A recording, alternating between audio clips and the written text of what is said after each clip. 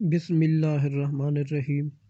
عبداللہ بن عباس رضی اللہ تعالیٰ عنہ بیان کرتے ہیں کہ سورج گہن ہوا تو نبی کریم صلی اللہ علیہ وآلہ وسلم نے نماز پڑھی اور فرمایا کہ مجھے آج دوزخ دکھائی گئی، اس سے زیادہ بھیانک منظر میں نے کبھی نہیں دیکھا۔ صحیح بخاری حدیث نمبر 431۔ ابو موسیٰ اشعری رضی اللہ تعالیٰ عنہ بیان کرتے ہیں کہ آپ صلی اللہ علیہ وآلہ وسلم نے فرمایا، ایک مومن دوسرے مومن کے لیے عمارت کی طرح ہے کہ اس کا ایک حصہ دوسرے حصہ کو قوت پہنچاتا ہے، اور آپ صلی اللہ علیہ وآلہ وسلم نے ایک ہاتھ کی انگلیوں کو دوسرے ہاتھ کی انگلیوں میں داخل کیا۔ صحیح بخاری حدیث نمبر 481۔